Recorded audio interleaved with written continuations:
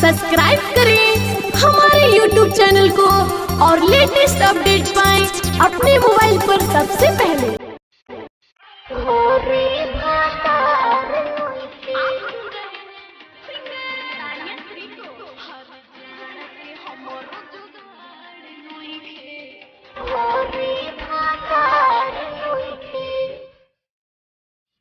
मोरले बपाला सोखी तोड़पे जवानी पछुआ बियार बोहे बूढ़े पर सनी सखी हो।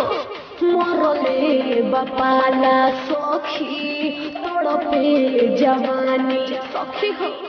पछुआ बियार बोहे बूढ़े पर सनी और सुतिले अकेले तकिया के धोके हर जाड़ा के हमरो जुगाड़ नोइखे घरे भातार नोइखे जाड़ा के हमरो जुगाड़ नोइखे घरे भातार नोइखे।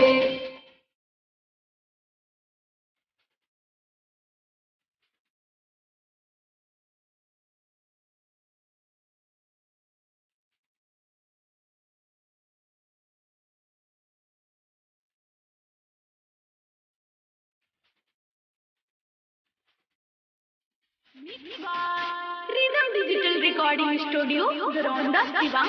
पिया बिना हजिया सोखी हमरो घबराइल बा लसर फसर करेला मनवा बदन मोर ठंडाइल बा बदन मोर ठंडाइल बा। पिया बिना हजिया सोखी हमरो घबराइल बा लसर फसर करेला मनवा बदन मोर ठंडाइल बा। अरे रगड़ी जोबन खटिया पले हर जाड़ा के हमरो जुगाड़ नोइखे घरे भातार नोइखे जाड़ा के हमरो जुगाड़ नोइखे घरे भातार नोइखे।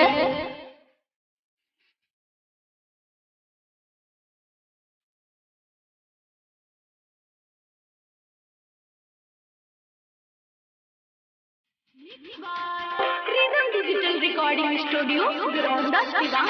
राइटर नीरज दानिया सिरी के बहुते सतावेले ठंडा में रोज अंडा खाके बहरे बीतावेले बहरे बीतावेले।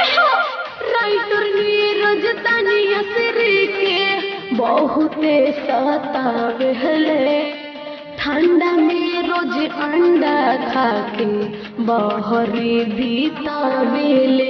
अरे काहे खाती लोइले शादी कोके हर जाड़ा के हमरो जुगाड़ नोइखे घरे भातार नोइखे जाड़ा के हमरो जुगाड़ नोइखे घरे भातार नोइखे। मोरले बपाला सोखी तोड़पे जवानी पछुआ बियार बोहे बूढ़े पर सनी सखी हो। मोरले सखी तोड़पे जवानी सखी हो पछुआ बियार बोहे बूढ़े पर सनी और सुतिले अकेले तकिया के धोके हर जाड़ा के हमरो